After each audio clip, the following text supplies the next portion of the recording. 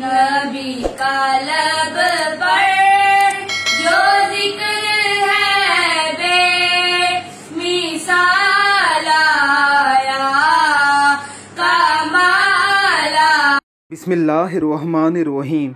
जिस घर में माँ बाप बच्चों को एक दूसरे से मुहासमत नहीं सिखाते, एक दूसरे से आगे बढ़ना नहीं सिखाते, एक दूसरे की मुखालफत नहीं सिखाते, बच्चे एक दूसरे के मुआफिक बनकर उनके मददगार, एक दूसरे के मुहिब बनकर दूसरे बच्चों की निस्बत इंतहाई अच्छा परफॉर्म करते हैं।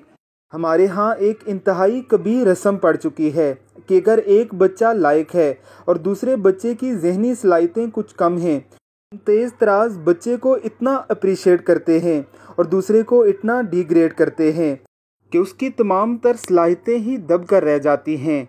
ज़रा देखिए इन दो प्यारे बहन भाइयों को, ये एक दूसरे के मुआफिक बने हुए हैं, एक दूसरे के मददगार हैं और एक ही जगह बैठकर इस कदर खूबसूरत अंदाज में नाते रसूल मकबूल पेश कर रहे हैं कि दिल अशश कर उठता है।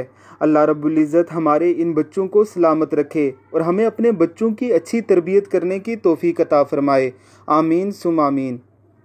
आया जो हिजरे तैबा